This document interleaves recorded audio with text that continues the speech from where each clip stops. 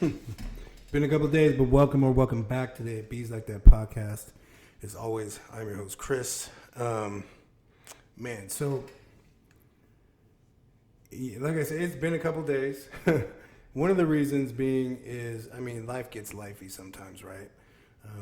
And one of the things that happens to me is, and I'm not unique this way. Other people deal with this, but when I'm troubled by something that I can't figure out, I will think about it almost incessantly until, either it plays itself out in my mind or I can figure out a solution. So sometimes that robs me a bit of some sleep, right? And my mind runs at full speed anyway. So it doesn't even have to be those things. I can lose sleep over, a number of things. Just not being able to quiet my mind.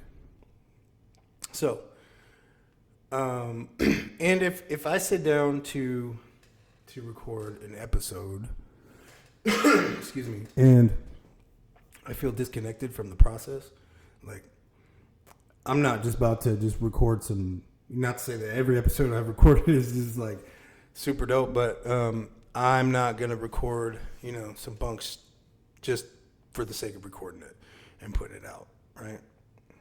I don't see the point in putting out bunk content.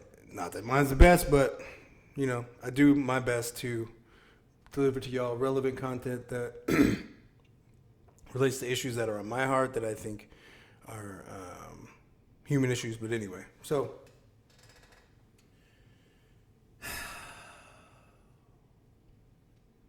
I've had a lot on my mind, man. And one of them being, how do I get into this? So, I guess I'll say this. I'm not sure whether or not the gifts and abilities that God has given me are things that are newly revealed to me, or if they've been things that have been a part of me that have been otherwise dormant due to being suppressed by other things. I don't know. I do understand that when you compare my history, where I come from, to where I'm at today, and my gifts and talents, especially as it relates to articulating thoughts and my level of confidence, where does it come from? If I'm placing myself in a third party position and I'm observing someone like me, I'm like, this cat is freaking delusional. He's not had any real training in X, Y, or Z. What is it? Where does he get off entering in all these spaces filled with people who have, collectively, probably close to 100 years of experience at said thing, a deliberate practice at said thing? Where does he get off having expectations? Why is it that he gets to bypass this otherwise unspoken apprenticeship to gain proximity, or having been allowed proximity? What is it? How does he get off? Where does he get off? Who is this guy? Where's the relevant concordance? What can we reference that will qualify for us in our mind this level of confidence and the dizzying temerity of this fool who's now in our space saying these are issuing us requirements and not requests? Who does this person think they are? I can absolutely get that. And what I can say is I don't know the reasons why God sees fit to give people certain gifts and not give them to others. I don't pretend to understand why God determines who delivers said message and who doesn't. And you know what I'm saying? I don't know these things. I don't know the reasons why. I do my best making mistakes all the time, right? But I do my best to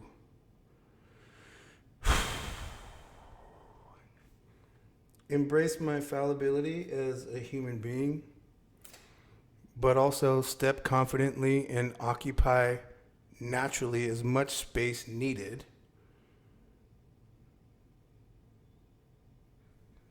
to use my, my experience or my gifts as a catalyst for change. That's what God puts on my heart. I don't know why he does that, why he's chosen to do that. I don't know. He just has. So I lean into it.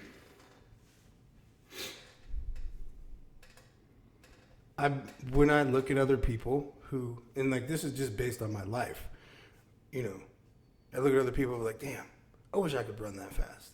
I wish I could, I wish I was, I could just like pick up a basketball and do those things that this person makes look effortless.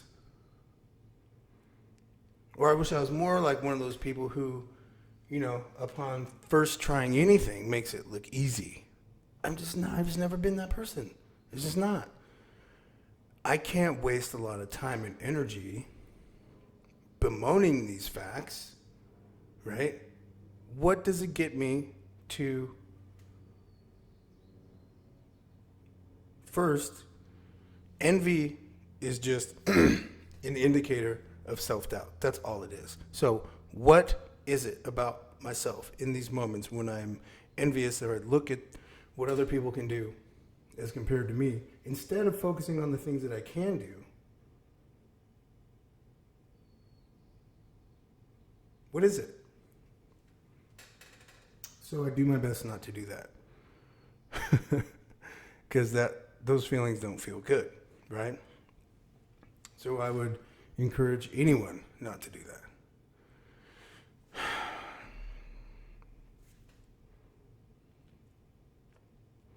And I don't question, well, I don't anymore. I don't question the things that God puts on my heart. I think about them. But overall, I do my best just to obey and just act on them. And follow what I believe I'm being led to do. This is, and to worship. This, I think, is the point of all of this, right? Like this experience, right? Along with the other stuff that folds in, under that larger umbrella. But like that's, we're here to do that and to glorify God. And that saying that makes a lot of people uncomfortable. But I don't care. I don't care.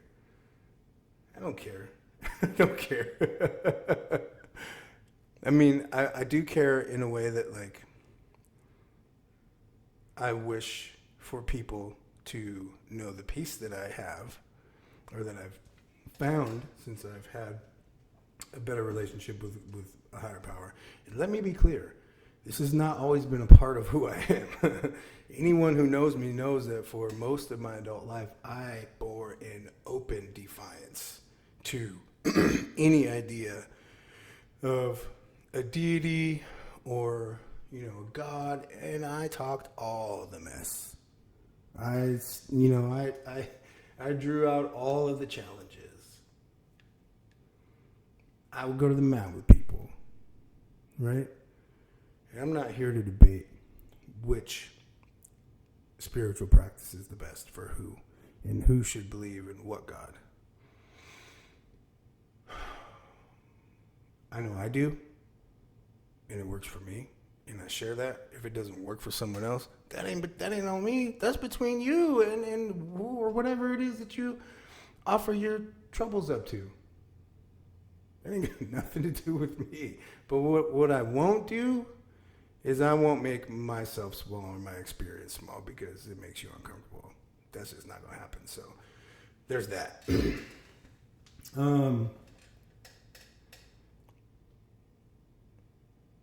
And thinking about all of this stuff and recognizing that, like again, excuse me, going into these spaces, these new spaces, and, saying the stuff that I do, and it's jarring, right? Like if you've never been moved toward or called toward accountability in the ways that I do, move and call people toward accountability and like willingness, it's jarring. It's tough. It's like it's a jolt. Like whoa, who is this guy? Like what is he talking about? Expectations. Like really? Just like as a knee jerk reaction, you're gonna look at me like this. I'm crazy, man. Get him out of here. I get it, but it's one of those things, right? Like over time, you're gonna either see the promise in new progressive ways of thinking like this, and challenging things that just because they've been in place for indeterminate amounts of time doesn't mean that they're practical. Just because it's been the only thing doesn't mean that it's still practical. Everything needs to be revisited and because times change, people change, humanity changes. You know what I mean? Like drug culture changes. The drug culture today is nothing like the one that I grew up. When I grew up, like you might hear about, people ODing on the fringes. Now,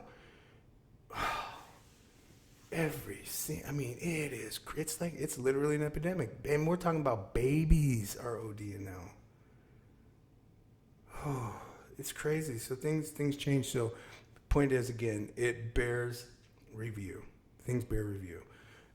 And that's one of the challenging parts about privilege, especially layer upon layer of unchecked privilege, is that for however long it's been allowed to operate with impunity because there's not been anyone around to challenge that experience or to challenge the protocol or the process or the systems or the structures in place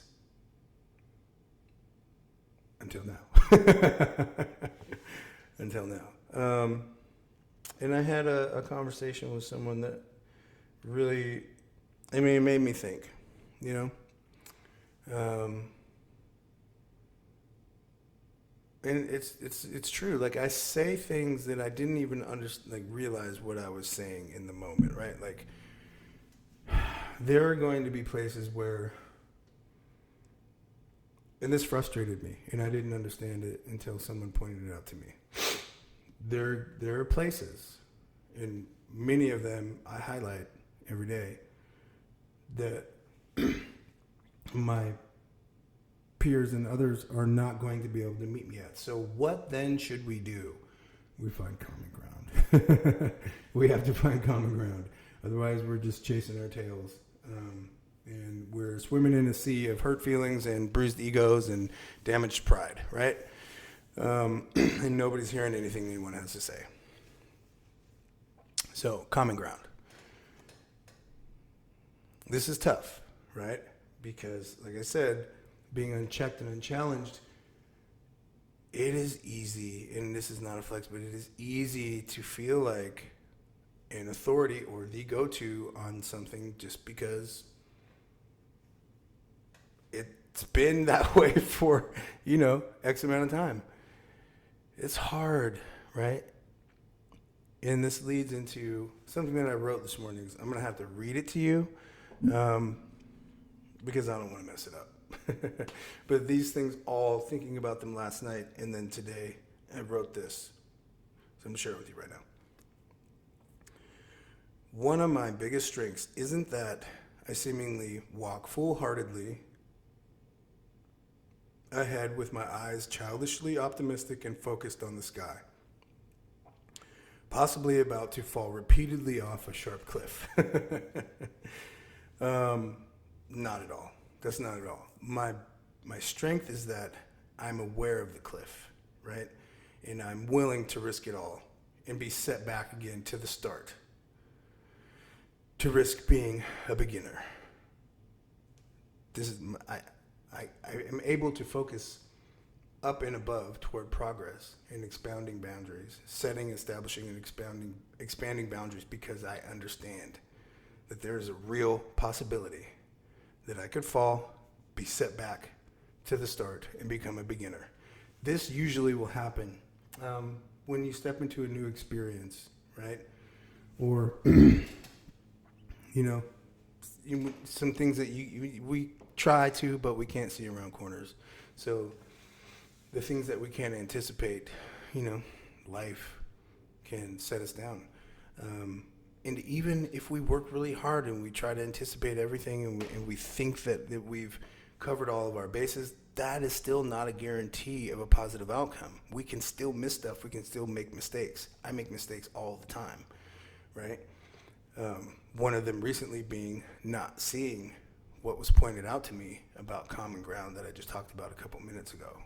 Because I was just so frustrated, right? Focusing,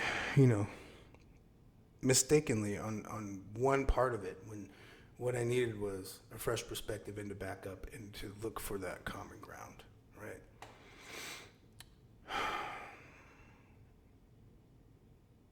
For so many people,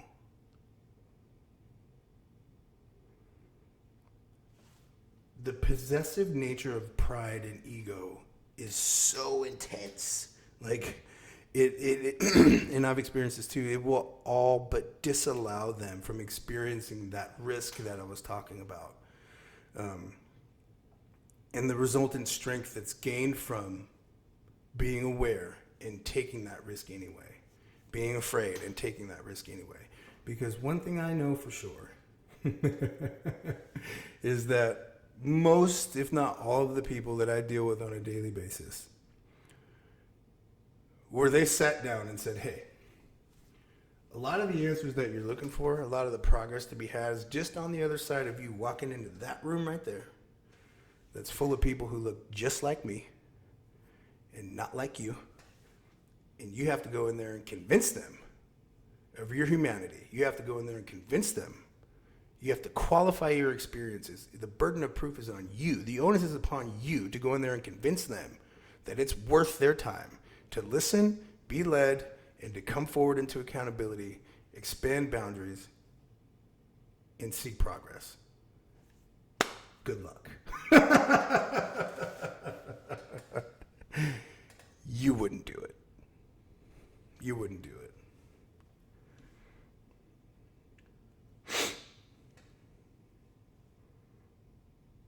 And you don't have to.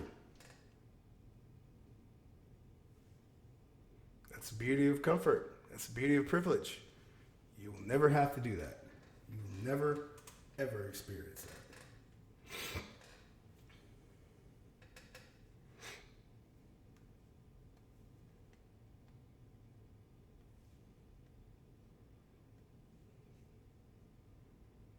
So circling back, some may look at me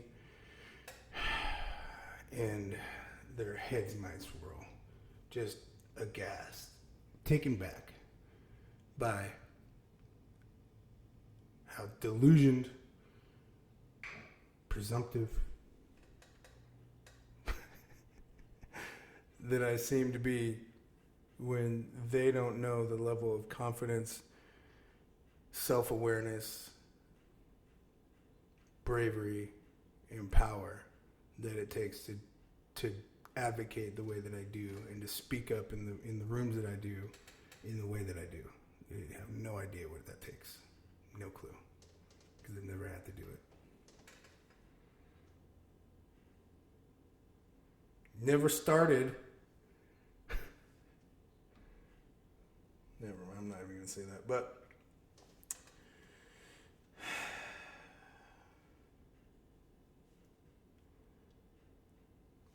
my tip of the day, look up. Look up.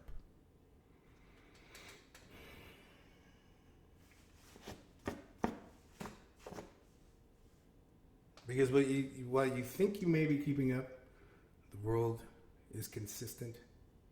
Time passes. It does not stop. It does not slow down. You become fixated. You miss a lot. Miss a lot of opportunity. Miss a lot of humanity. It's like not paying attention in class. When you eventually do look up, they're speaking a foreign language. And that is exactly what a lot of people experience right now. The world has been changing. The climate, when it comes to race inequality, has been changing. And privilege has not seen fit, especially on the side that thinks it's like wearing the white hat, has not seen fit to look up and pay attention. So now, excuse me, it's a game of catch up. We're speaking a different language. And it's scary. Now you're making big adjustments on the fly. And this is hard because now you're making noticeable and public errors that before, when you didn't have eyes on you, you didn't worry too much about. But now, more and more people are looking. That's what awareness is about. People make a mistake and they think that issues have to be fought, won, and resolved on a one-on-one basis. Awareness is powerful. Awareness is powerful.